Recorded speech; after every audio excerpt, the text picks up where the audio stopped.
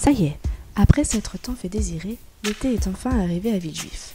Comme chaque année, les services municipaux ont préparé un vaste programme pour tous ceux qui ne partent pas en vacances.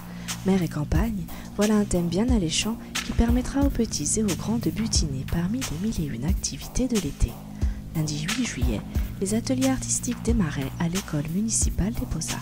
Là, pour le moment, nous avons deux groupes, le groupe de dessin et le groupe de céramique, qui vont travailler pour le groupe de dessin sur le thème de la campagne et des animaux de la ferme, et le groupe de céramique qui vont faire sur le thème de la mer. Émail sur cuivre, sculpture, peinture, vitrail, mosaïque, à l'école des Beaux-Arts jusqu'au 26 juillet, il y en aura pour tous les goûts et pour tous les âges. Je suis venue faire des dessins, du collage, des trucs comme ça. J'ai choisi en fait de réaliser un bateau avec les enfants, en volume donc.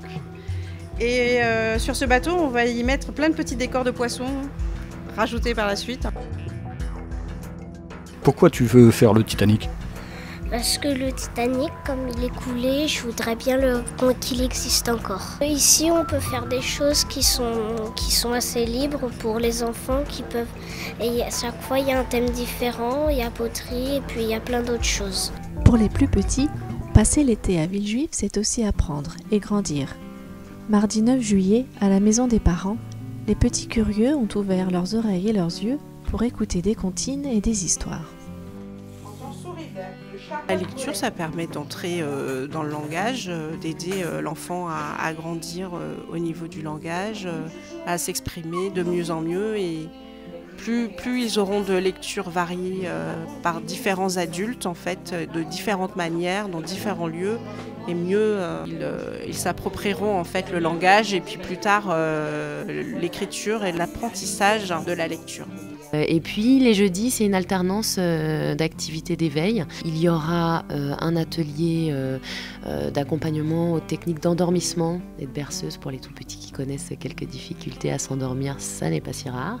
Et puis le dernier, ce sera un atelier de massage. Et on a également une intervenante en éveil musical qui viendra proposer des ateliers d'éveil musical aux enfants à partir de 6 mois. Et pour plonger au cœur de l'été, rien de mieux que de se rendre au stade nautique Yuri Gagarin. Avec son bassin intérieur de 25 mètres, son bassin extérieur de 50 mètres, sa fosse à plongeon, son jardin et ses espaces de jeu pour toute la famille, cet équipement accueille en moyenne 1800 visiteurs par jour durant l'été.